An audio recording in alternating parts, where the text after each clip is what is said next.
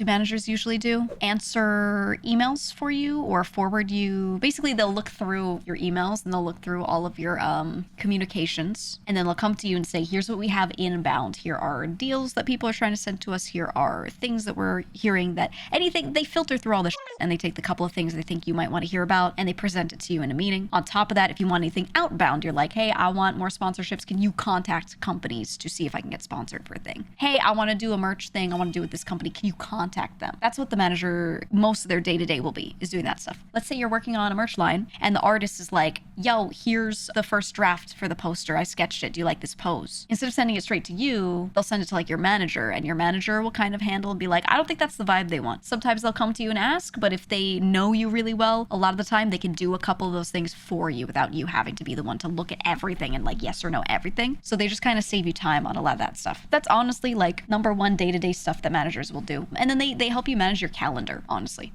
That's the big thing. They'll look at everything you've got on your plate and just help you move the time around, because you spend a lot of your time on stream and you can't be sitting there thinking about that stuff while you're doing that. So yeah, logistics. It's just logistics. Operations. They do things so that you can sit there in a meeting and just talk to them about everything, and you don't have to sit there and manage your own little Trello board all the time or your own calendar, right? They'll make the invites, send them out to the right people for meetings, whatever. They're like an administrative assistant in a lot of cases. That's their main function. Besides mods and managers, what other roles do streamers have? Depends on the person. Depends on how big of a team they really need. A lot of people do a lot of stuff themselves. A lot of people have an editing team. So I have a content manager. I have one editor who's in chat right now, who he meets with me once a week, and then we DM each other in between everything a lot, and we just talk about what's going up on the channel. And I have other editors, but I don't have to sit there in meetings with all of those people all the time, because I do one meeting with that one guy and we discuss what everyone's doing, and then he goes and pieces out the work to all of them. And if I need to meet with one of them about a specific thing, we drag them into the call, we talk to them. But yeah, it's Bark. But Bark will,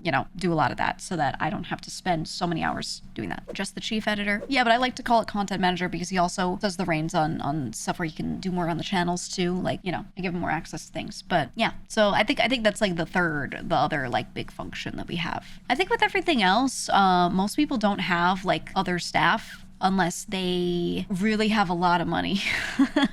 I think beyond that, you need like a lot of money to start hiring other people for stuff. Some people do have a personal assistant, but usually the manager just covers that. If you have a lot going on, sometimes you do have both hired in. Anything else you could hire someone in for, you gotta be making buku bucks for that.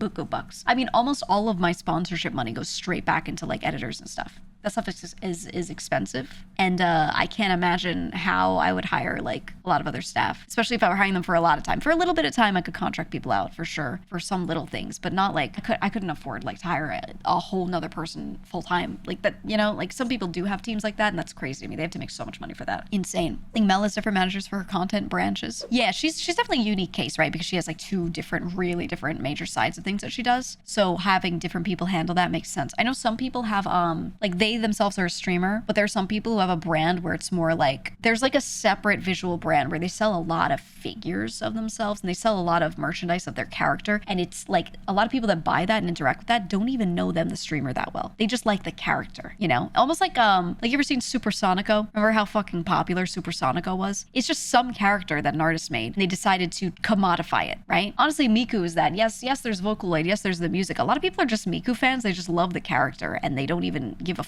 about like anything else. They see the concert because it's cool, but that's because they like Miku, right? So there's some creators, some VTubers that kind of have that sort of brand where there's them, the streamer, and what they do with the character. And then there's also separately like the commodified version of it. So a lot of people that have more staff would have it because they've got something like that going on. And they usually have other staff handle like all of that other shit. Like they themselves tend to not. They might be creative directors, so they're still choosing how things go. But the day-to-day involved with like selling stuff related to that IP, like other people just handle it, it's his own company. People that have like something like that going on tend to have other staff hired in, but honestly, so few people have the money to be doing that.